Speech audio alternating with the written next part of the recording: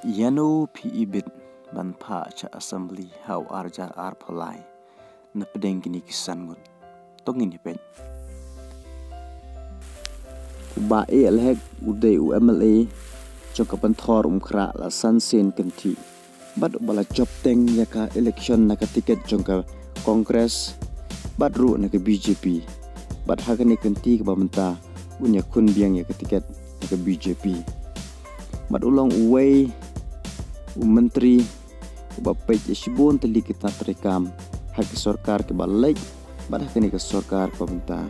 bad bapej ke kenan ke koi ke khia bad hakani kanti pemerintah bunya kun persya ki sangut ki gertong ki banyak kun badu ba PNCM udai MLA barim jong Kamau Sanram constituency balong MLA jong Kamau Sanram chpeus nem ganti but how arajar kharpra ula charem no how ba HM changpleng but how arja khatndai ula yakun yak MDC na penthorum kra but ula job dot buram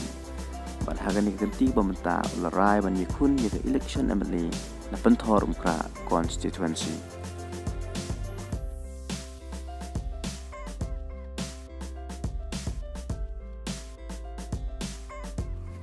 usamla mebon ningdo ubaki pajba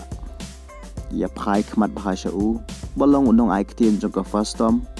balong unong ikai ubala pandep ya ka jingbule master degree naka English department badhakani kenti bamenta ulrai ban yakun na ke ticket jongka VP na penthor kra constituency haga jingkren jong u ha madan polo ulong ba na klem der por henry nga biang por yakini kentin ula kren ba habaki briu ki ong yu ba ula mi der por palat henry u kejubab na u kalong ba u biang por klem der por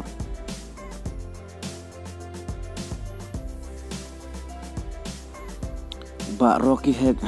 uban si khun yak election na tiket jongka NPP baru dai way na pedeng ki rang ba bala no snyeng ba shaki pajba khamtam habangi yo I hakapor lockdown u ai ka chingerap shaki badan kam baru ni uni khun pasha episangot candidate jongka penthorum kra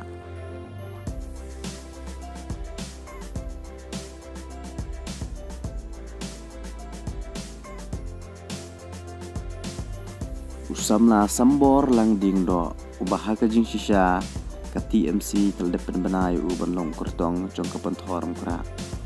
henry haka jing kren berklap thai kubor ulo menin ulo ong ba ukwa ban kren pasya kawai ka party ya kawai pat ban ula rai ban yakun no kum kurtong chimet na penthorum kra ni ru dei wei ni kibala no snyang ba shik badan kam ka jingaram bad unya kun pasya bad kisangut how new araja arpulai